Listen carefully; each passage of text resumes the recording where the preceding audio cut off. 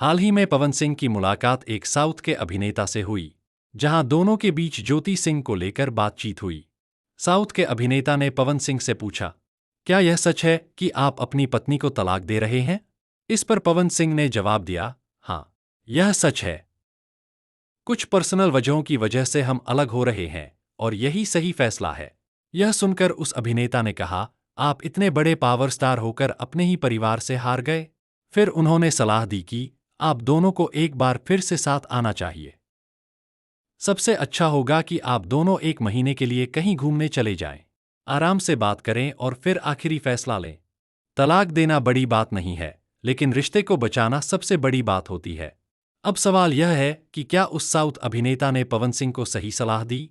आपको क्या लगता है, क्या उन्हें एक बार फिर से साथ आने की कोशिश करनी चाहिए? कृपया अपनी प्रतिक्रिया कमेंट करके जरूर दें। जानकारी अगर अच्छा लगा हो तो वीडियो को लाइक करके चैनल को सब्सक्राइब करें और फेसबुक पेज को भी फॉलो करें। जय माता दी।